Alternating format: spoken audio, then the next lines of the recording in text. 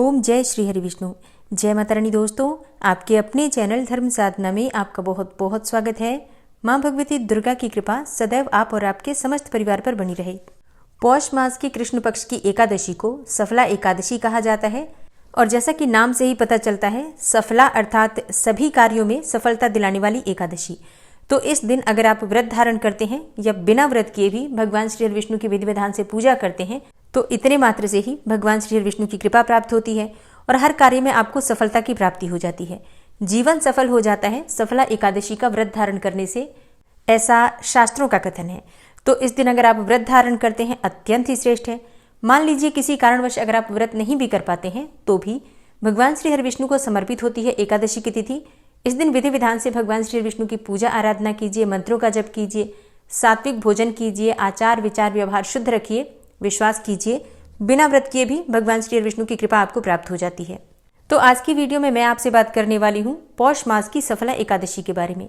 सफला एकादशी की तिथि कब प्रारंभ हो रही है, कब समाप्त हो रही है, व्रत आपको कब धारण करना है और पारण का यानी कि व्रत खोलने का शुभ मुहूर्त क्या होगा।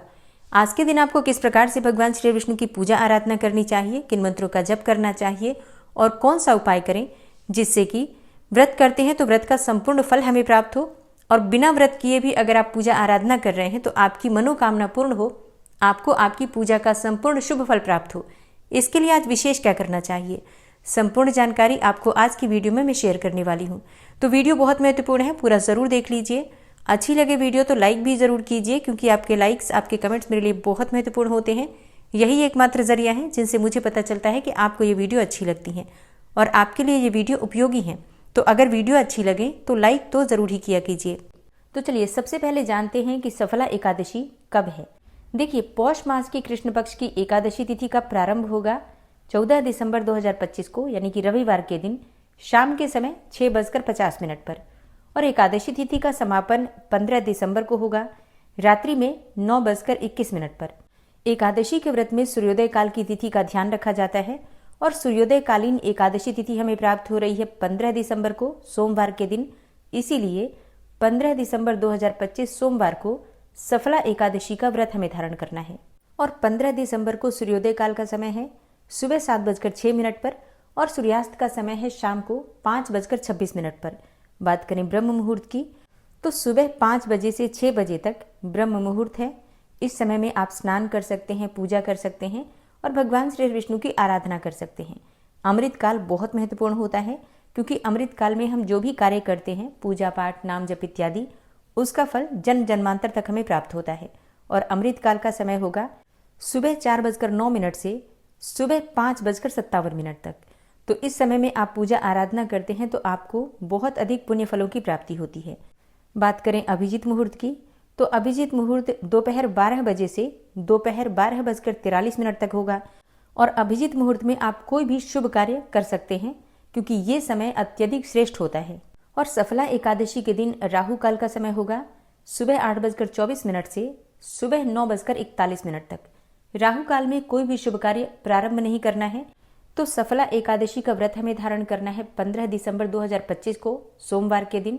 दशमी तिथि के नियम का पालन करेंगे 14 दिसंबर को और व्रत का पारण करेंगे 16 दिसंबर 2025 मंगलवार के दिन।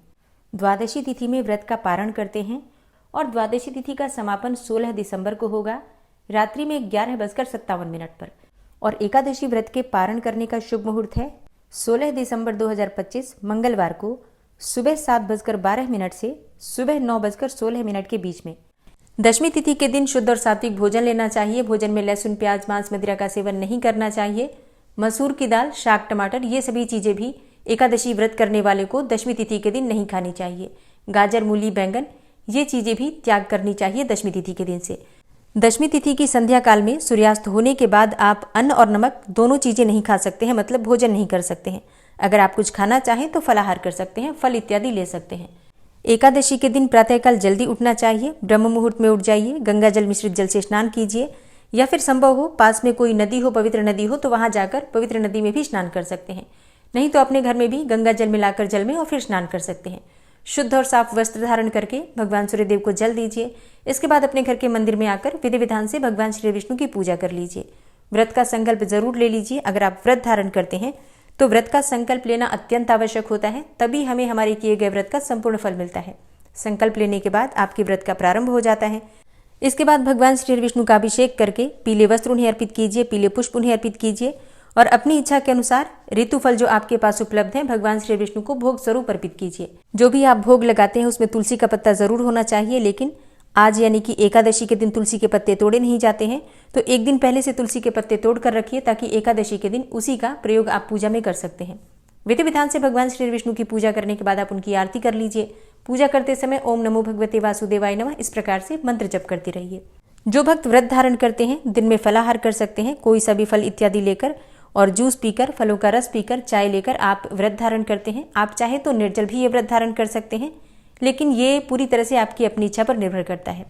शाम के समय फिर से विधि विधान से भगवान श्री विष्णु की पूजा करेंगे।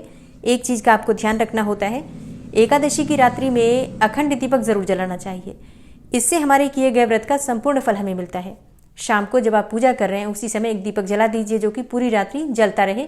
दीपक में इतना पर्याप्त मात्रा में घी डाल दीजिए। एकादशी व्रत का पारण द्वादशी तिथि में किया जाता है, तो अगले दिन सुबह जल्दी उठकर और स्नान कर लीजिए, भगवान श्री विष्णु की पूजा कीजिए, सूर्यदेव को जल दीजिए। इसके बाद दान की सामग्री निकाल दीजिए या फिर आप चाहें तो किसी ब्राह्मण को घर बुलाकर भोजन करा सकते हैं। इसके बाद आप स्वयं भी शुभ मुहूर्त में अपना व्रत खोल सकते हैं। दोस्तों, उम्मीद करती हूँ कि आप हमारे चैनल पर अपलोड होने वाली पौष मास की कथा भी प्रतिदिन जरूर सुनते होंगे, लेकिन अगर आप अब तक नहीं सुन पाए हैं उस कथा को तो आज से ही सुनना प्रारंभ कीजिए। चैनल पर पहली बार आए हैं, अगर अभी तक आपने चैनल को सब्सक्राइब नहीं किया है तो आज की वीडियो अगर आपको अच्छी लगे तो चैनल को सब्सक्राइब करके बेल आइकन को जरूर प्रेस कर लीजिए। इससे ये होगा कि इस चैनल पर जो भी नई वीडियो अपलोड होंगी उनकी नोटिफिकेशन आपको सही समय पर प्राप्त होगी। मिलती हूँ मैं आपसे अगली वीडियो में, तब तक के लिए जय श्री राधे।